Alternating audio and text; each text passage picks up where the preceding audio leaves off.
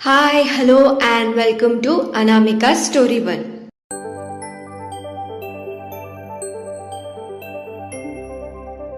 आज हम सुनने जा रहे हैं एक प्यारी सी प्रेम कहानी जिसका नाम है अधूरे हम, चैप्टर 53।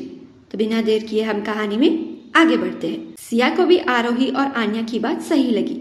उसने तय किया कि आज वो राघव को अपने दिल की बात डायरेक्टली बता देगी। वो उसी के बारे में सोच रही थी। उसे कुछ याद आया कि कल राघव का बर्थडे है।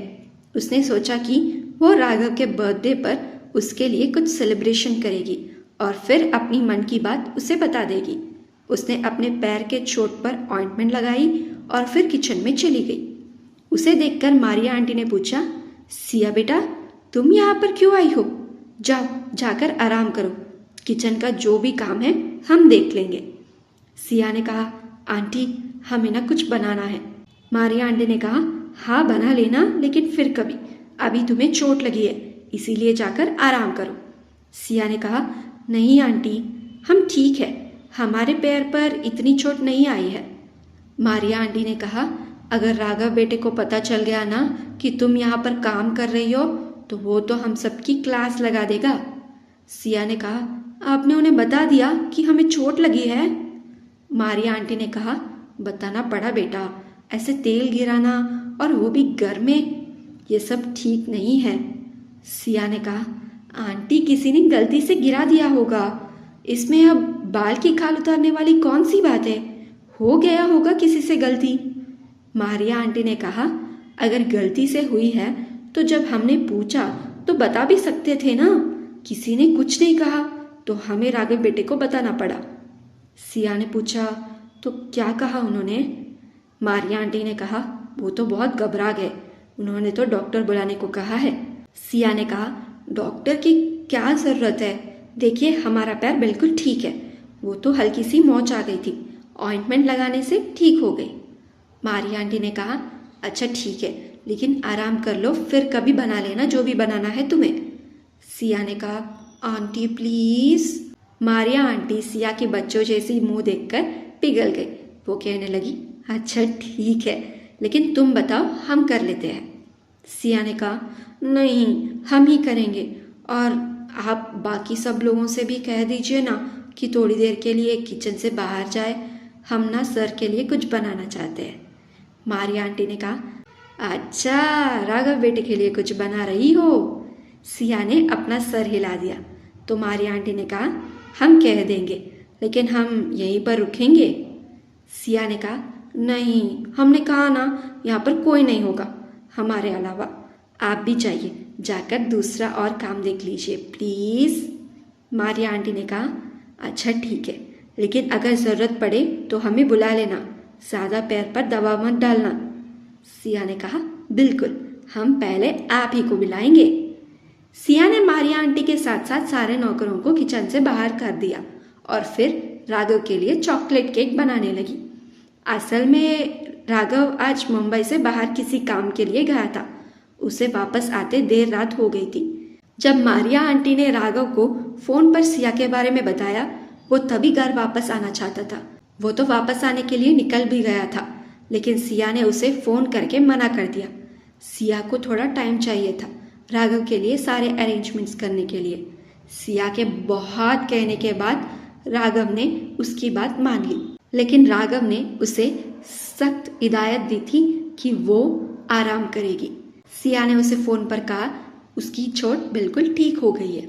तो राघव भी वापस मीटिंग के लिए चला गया। रात में सभी लोगों ने खाना खाकर अपने कमरे में चले गए। सिया अपने रूम में गई और राघव के लिए बहुत सारे अरेंजमेंट्स करके रखे थे। जब राघव घर आया तो रात के 12 बज चुके थे। वो सीधे अपने कमरे की ओर चला गया क्योंकि उसे सिया की फिक्र हो रही थी। जब वो अंदर आया तो उसने देखा कमरे के लाइट्स ऑफ थे। उसने सिया को आवाज़ देते हुए कमरे के लाइट्स ऑन कर दिए। जब राघव ने लाइट्स ऑन किए तो उसने देखा कि सिया वहाँ पर खड़ी हुई थी। वो उसके पास गया और उससे पूछने लगा, क्या हुआ तुम्हें? ठीक तो हो ना? तुम्हारे पैर पर चोट लगी थी तो तुम खड़ी क्यों हो? तुम्हें तो आराम करना चाहिए। राघव का चिंता देखकर सिया के मन में एक खुशी सी लहर दौड़ पड़ी। उसे अच्छा लगा कि राघव उसकी परवाह करता है। उसने राघव से कहा, हम बिल्कुल ठीक है, आप चिंता मत करिए। राघव ने कहा, चिंता ना करें, आंटी ने हमें बताया कि तुम गिर गई हो, और किसने तेल डाला है वहां पर, कुछ पता चला? सिया ने कहा, किसी काम करने वाले ने गिरा दिया होगा तेल। अब आप इतना हाइपर क्यों हो रहे हो? वो सब छोड़िए, आप अपनी आंखें बंद कीजिए। राघव ने पूछा, आंखें बंद क्यों? सिया ने कहा, आप इतने सवाल क्यों करते हो, कीजिए ना अपनी आंखें बंद। राघव ने कहा, सिया कोई बचकानी हरकत मत करना, तुम्हारे पैर में चोट लगी है, चलो चुपचाप आराम करो। सिया ने कहा, चोट हमें लगी है ना, तो हमें पता है कि हमें आराम करना चाहिए या नहीं, आप बस अपनी आंखें बंद कीजिए। राघव ने कहा, सिद्धि लड़की, अच्छा ठीक है, बंद कर रहे हैं हम अपने आंखें। इतना कहकर राघव ने आंखें बंद कर ली। सिया ने जल्दी से राघव के लिए बनाया गया केक और उस पर कैंडल लगाकर उसे जला दिया और राघव के सामने उसे पकड़कर खड़ी हो गई। सिया ने कहा, अब आप अपनी आंखें धीरे से खोलिए। राघव अपनी आंखें धीरे से खोल ही रहा था कि उसने सुना, happy birthday to you, happy birthday to you, happy birthday, happy birthday, happy birthday to you. Raghav बस हैरानी से सिया को देखता रहा। उसने देखा कि सिया के हाथ में एक चॉकलेट केक है। उसे देखते ही उसके आंखों के सामने बहुत सारी यादें आ गई। सिया ने कहा, आज आपका बर्थडे है ना, तो 12 तो बज गए, इसीलिए हमने खुद आपके लिए ये केक बनाया है। अब चलिए जल्दी से एक विश करके कैंडल बुझाइए और केक काटिए। राघव ने कहा, किसको पूछकर तुमने हमारे लिए केक बनाया है? सिया ने पहले तो राघव के बातों में जो गुस्सा था उस पर ध्यान नहीं दिया। वो कहने लगी, हमने किसी से नहीं पूछा, और किससे पूछना होगा? आपका बर्थडे है और हम सेलिब्रेट कर रहे हैं, इसमें पूछने वाली कौन सी बात है? अब चलिए जल्दी से केक काटिए। राघव अब तक अपने गुस्से को शांत कर रहा था, लेकिन अब उसके शब्दों में गुस्सा झलक रहा था। इससे हमारे सामने से हटाओ। सिया ने कहा, ये क्या है, आपका बर्थडे है तो चलिए केक काटिए, ये लीजिए नाइफ लीजिए, चलिए। सिया ने राघव के हाथ में जबरदस्ती नाइफ थमाते हुए उसे केक काटने की कोशिश की, लेकिन राघव ने अपने हाथ झटक दिया और केक को सिया के हाथ से दूर फेंक दिया। राघव के इस हरकत से सिया बहुत डर गई। वो एक जगह सहम कर खड़ी हो गई। राघव ने गुस्से से कहा, किसकी परमिशन से तुमने हमारे लिए केक बनाया है? तुम होती कौन हो ये सब करने वाली? भूलो मत कि हमने तुमसे सिर्फ एक कॉन्ट्रैक्ट मैरिज किया है, बस एक समझौता। ज्यादा हमारे मामलों में दखल अंदाजी मत दो और अपनी हद में रहो, समझ गई? और इसे अभी के अभी यहाँ से निकालो। और हाँ, आगे से ये ध्यान रखना कि हमारे मामलों में दखल अंदाजी मत करना, समझी? इतना कहकर राघव गुस्से से वहां से निकलकर उसी के कमरे के स्टडी रूम में चला गया। सिया तो बहुत हैरान थी। उसने राघव को इस तरह गुस्सा करते हुए कभी नहीं देखा था। उसके आंखों में वो दर्द और उसके शब्दों में गुस्सा वो साफ देख पा रही थी। कुछ देर के लिए वो सुन हो गई थी। फिर उसने धीरे से केक को समेटा और वार्डरूम से एक पुराने कपड़े को लेने के लिए चली गई। जब वो वार्डरूम में गई और पुराने कपड़े ढूंढने लगी, उसके हाथ एक डायरी लगी। वो राघव की डायरी है। सिया ने ना चाहते हुए भी उस डायरी को उठाया और उसे खोलकर पढ़ने लगी। पहले पन्ने पर राघव ने लिखा, कहाँ हो तुम? हमें बस तुम्हारा ही इंतजार है। कब आओगी? कब मिलोगी हमसे? सिया ने दूसरा पेज पलटा तो उस पर लिखा हुआ था, आज फिर तुम्हारी बहुत याद आ रही है। सिया और भी पेजेस पढ़ते चली गई। हर एक पेज में राघव ने उस लड़की के लिए अपने प्यार को और भी ज्यादा डीपली मेंशन किया हुआ था। एक जगह पर तो उसने उस लड़की की एक बिना चेहरे वाली स्केच भी बनाया हुआ था और उसके नीचे लिखा हुआ था, क्या तुम अब ऐसी दिखती हो? आखिरी पेज पर सिया ने देखा कि राघव ने लिखा, काश तुम इस वक्त हमारे साथ होती तो हम तुम्हारे साथ सब कुछ भूलकर अपनी जिंदगी में आगे बढ़ जाते। हमें नहीं पता कि तुम इस वक्त कहाँ और कैसी हो, लेकिन हम तो अपनी ज़िंदगी में वहीं पर रुक गए हैं जहाँ तुम हमें छोड़कर चली गई हो।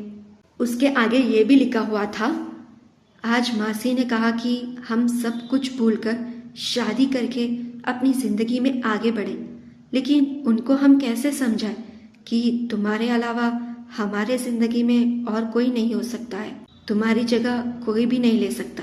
सिया के आंखों में से ये पढ़ते हुए आंसू बाहर निकल रहे थे।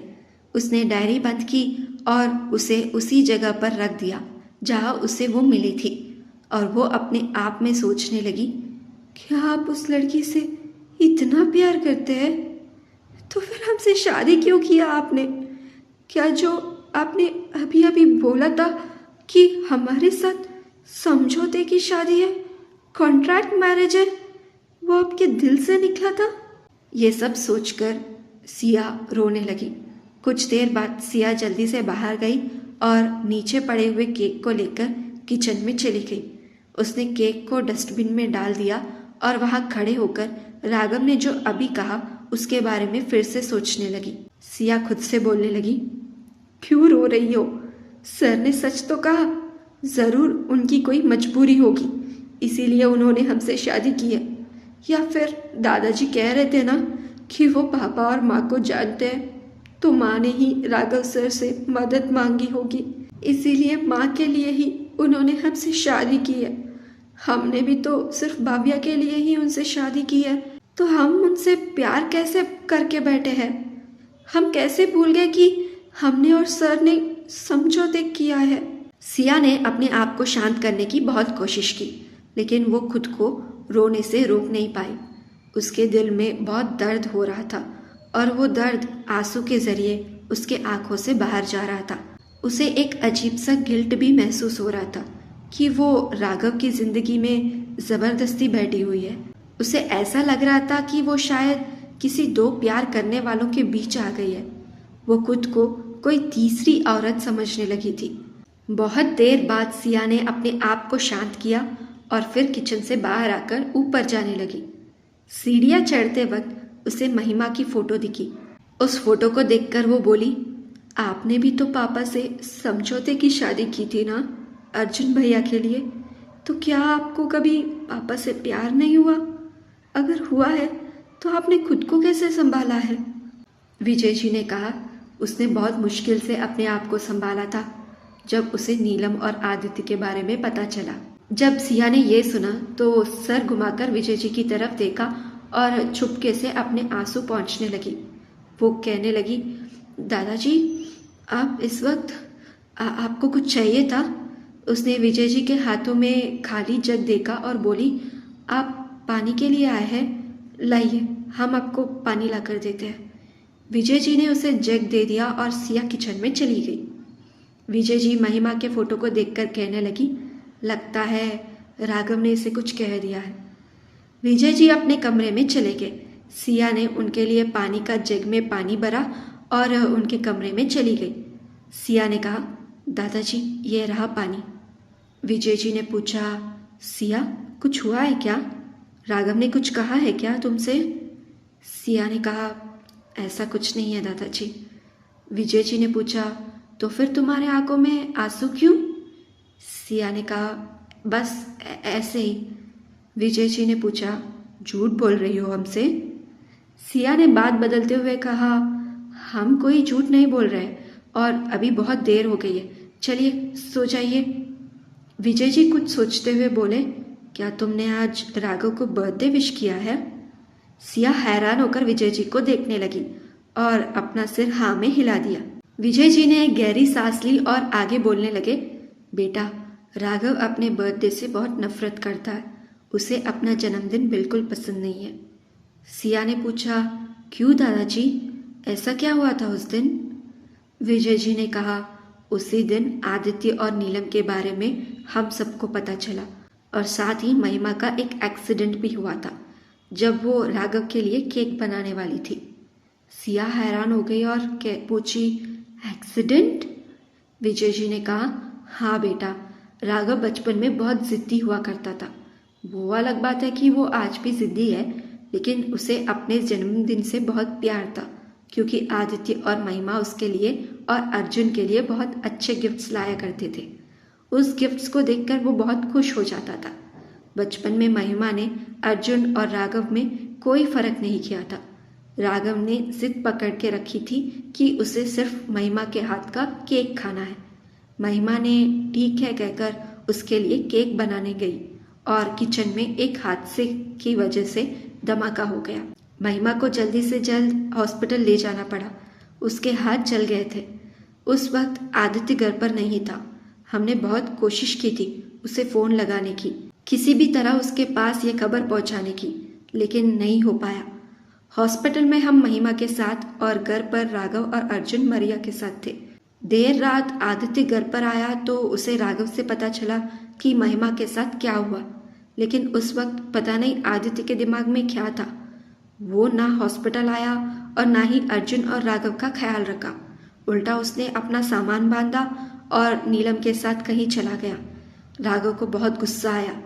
आज तक पता नहीं चला कि ऐसा क्या हुआ है उन दोनों के बीच जो राघव आज तक आदित्य से इतना नफरत करता है। सिया ने कहा, सॉरी दादाजी, हमें ये सब कुछ पता नहीं था। अगर पता होता तो हम ये सब नहीं करते। विजय जी ने कहा, हमें पता है बेटा, चिंता मत करो। राघव तुमसे ज़्यादा देर नाराज़ नहीं रह सकता। उससे कल सुबह बात कर लेना। सिया ने अपना सर हिलाया और उनके कमरे से बाहर आ गई। सिया कुछ सोचते हुए कहने लगी, कुछ ठीक नहीं होगा दादाजी। हमारे बीच ऐसा कुछ नहीं है जो अब ठीक हो सके। अब हमें अपनी लिमिट्स के बारे में पता चल गया है और आज के बाद हम उसे क्रॉस नहीं करेंगे और उन्हें दुखी नहीं करेंगे। सिया अपने कमरे में जाने के बजाय आन्या के कमरे में चली गई तो देखा आन्या अपने लैपटॉप पर कुछ काम कर रही थी। आन्या इस वक्त सिया को अपने कमरे में देखकर उससे पूछने लगी, तुम यहाँ पर, वो भी इस वक्त? क्या हुआ, सब ठीक तो है ना? सिया ने खुद को संभाला और आन्या के सवाल को आगे एक और सवाल पूछ लिया, हमारा छोड़ो, तुम इस वक्त सोई क्यों नहीं और ये क्या कर रही हो? आन्या ने कहा, अरे यार बहुत काम है। वो क्या है ना, आज सुबह आरोही का फ़ोन आया था ना, तो आरोही ने शादी के ऑर्गेनाइजर्स के साथ हमारी बात हो गई है, तो उन्होंने कुछ मेल्स भेजे हैं, वही हम चेक कर रहे हैं और बहुत ज़्यादा काम पड़ा हुआ है। हम लोगों ने सोचा कि थोड़ा काम बांट लेंगे, वही सब कर रहे हैं। सिया ने कहा, तो हमें नहीं बता सकती थी क्या? तुम हमेशा भूल क्यों जाती हो कि ये इवेंट मैनेजमेंट कंपनी हम दोनों का सपना है। हमेशा अकेले ही दौड़ पड़ती है, कभी हमें भी मदद करने दे। आन्या ने पूछा, सिया क्या हुआ तुझे? तूने अपनी दिल की बात जीजू से कह दिया? सिया ने कहा, आज वो बहुत थक गए हैं, वो सो रहे हैं, हम बाद में कभी बता देंगे। अभी काम करना बहुत ज़रूरी है और हमें तुम्हारी मदद करने दे, समझी? आन्या ने कहा, पागल हो गई है? तेरे पैर में चोट लगी है, जाकर तू भी आराम कर। सिया थोड़ा सीरियस होकर बोली, हम दोनों में बड़ा कौन है? आन्या ने कहा, तुम। सिया ने कहा, तो किसकी बात चलेगी? आन्या ने कहा, तुम्हारी। सिया ने कहा, तो चुपचाप हम जैसे कहते हैं वैसा करो और हमें तुम्हारी मदद करने दो, समझी?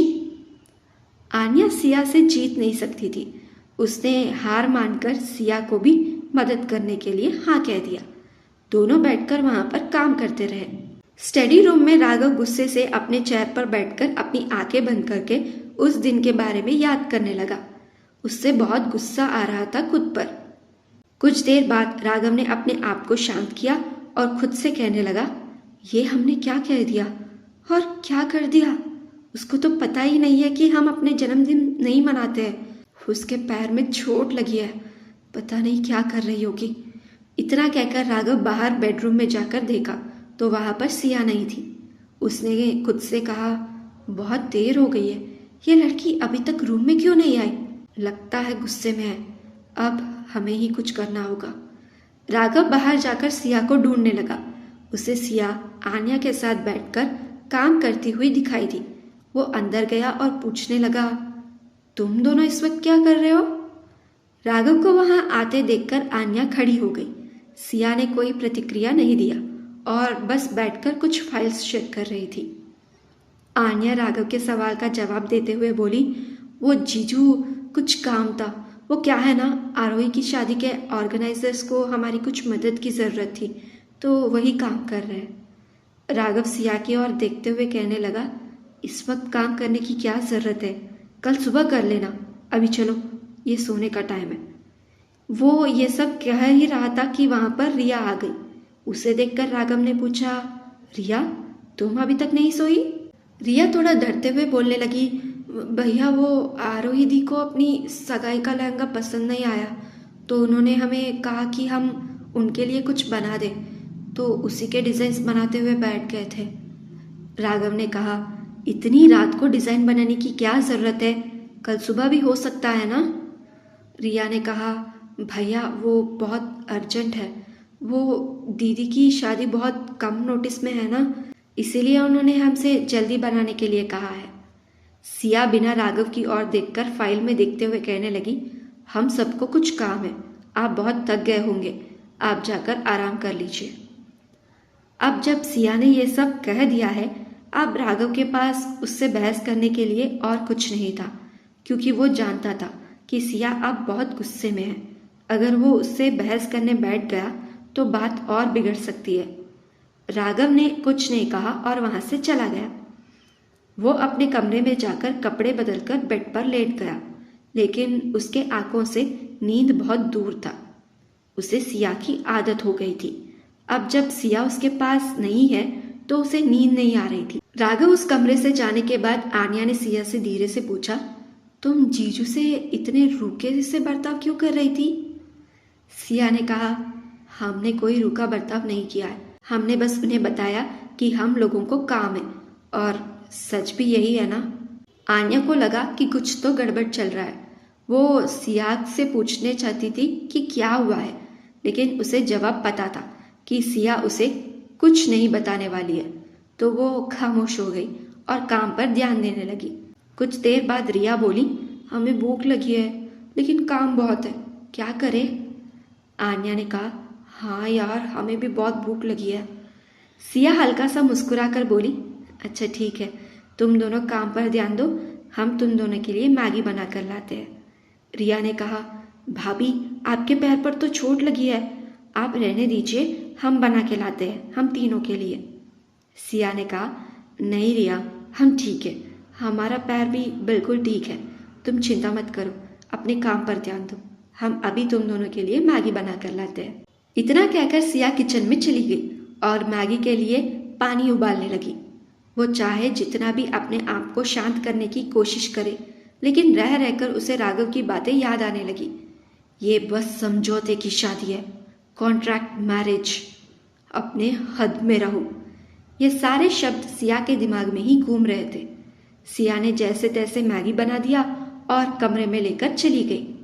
उन तीनों ने मैगी खाई और काम पर लग गए। जब सुबह राघव की आंख खुली तो उसने देखा सिया उसके पास नहीं है। उसने घड़ी देखी तो उसमें 8 बज गए थे। वो जल्दी से नीचे गया सिया को ढूंढते हुए।